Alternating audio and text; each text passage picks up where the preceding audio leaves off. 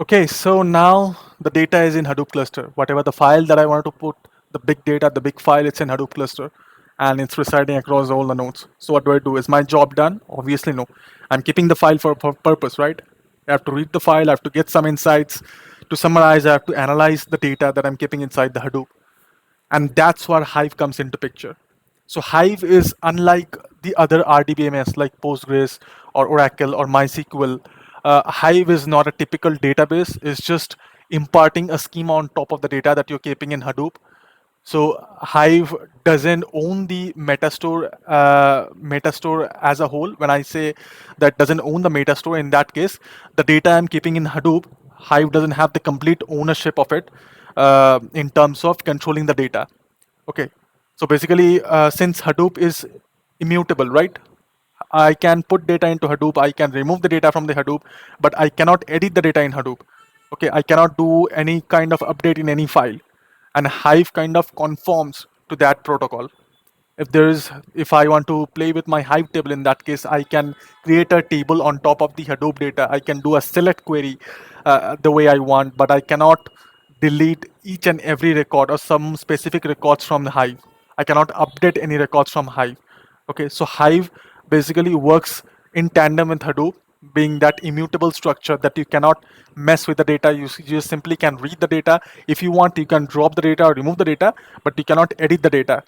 Okay, so that's one of the key functionalities of data lake, and Hive conforms to it. So if I look at the Hive architecture, so there are several components, one being the Hive console. So when I'll be trying out the Hive examples, the SQL queries, over there I'll be showing you how the Hive console looks, how do we create table, and each and every aspect. Okay, for the moment, just know one thing, that Hive runs on plain and simple SQL queries. Whatever you run in Oracle, MySQL, or Postgres is the same kind of queries. And the only difference is that now these queries will be worked upon the Hadoop data that you're keeping in the actual sense of big data. All right. So if I look at the diagram over here, so there are different components, right? One being the UI where you will be writing the query. Okay. Then is goes to the driver. This driver will simply get the query that you're writing and will try to create an execution plan. It will try to orchestrate a plan in which it would be best uh, to run that query or to carry out that query. Okay. In order to do that, so whatever query that you run, so it has to be first checked whether some syntactical errors are there or not. Okay, in order to do that, driver will connect with the compiler. So this is all happening inside the Hive architecture or the Hive execution engine. Okay, so driver will connect to the compiler, and compiler will check for the syntactical errors. If the query that you have written, if there is any syntactical error, so suppose instead of select star from table, you do select star table name. Obviously, that is not syntactically correct, right? So compiler will throw an error over there. Okay, so now once the compiler checks and the syntactically it is totally correct, and after that the compiler will connect to the metastore. So metastore over here, it has the metadata information of the table attributes or all the data attributes that you're keeping in Hadoop. So basically, suppose if I'm putting some column names into my select query, right? So whatever the column names are present in the table, whether they are correct or not, that you're putting in the select command, so that will be checked by the metastore. So what I mean, suppose I say select employee ID, department, and employee age from table employee. Now the fact of the matter is, in the table employee there's employee ID, department, and salary. There's no employee age. In that case, the employee age column that you're trying to read out will be caught an exception in the metastore while connecting with the metastore, because the metastore won't be able to find that employee age that you're trying to read. Okay, so that's how basically Metastore helps the compiler in order to check the all the metadata information, the column names, or each and every aspect, the table name, so to speak. Everything is matching or not.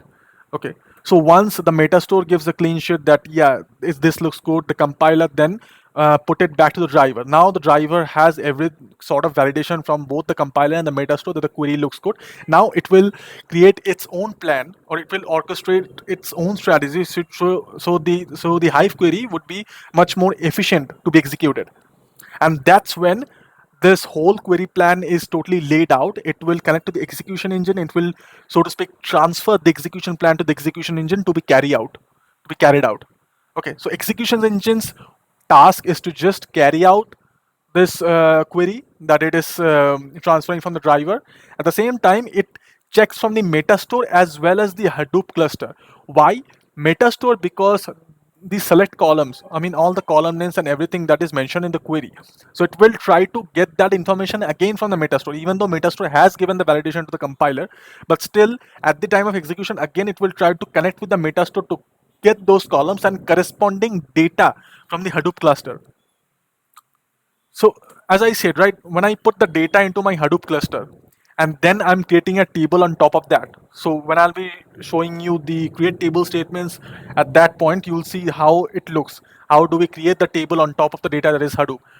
So in overview, so what's happening? The data that is in the data node or the name node. Okay, I mean the data would be on a name node, but execution engine will first contact the name node to get the metadata information where the data is residing in which data nodes, much like HDFS client. So once it gets, then it will try to sync up the data with the column names that you're providing in the query and trying to do the validation check again from the Metastore. Okay, if it is employee ID, employee department, and salary, okay, what are the data that is residing in the Hadoop? Let's get the data first.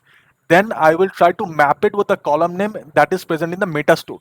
And that's how execution engine will carry out by understanding what row or yes, what row is simply the Hive client or the UI is trying to read, or what column the Hive client or from the console is being trying to read. Okay, and accordingly, execution engine will carry out the plan by simply connecting with the Metastore for the validation of the columns and everything, metadata information, and getting the actual data from the Hadoop cluster. So this is how basically Hive works. This is the overall architectural diagram of Hive, and the main thing is that in the console, whatever the query we write, it's basically is just a schema on top of the Hadoop data. It's not an actual physical table.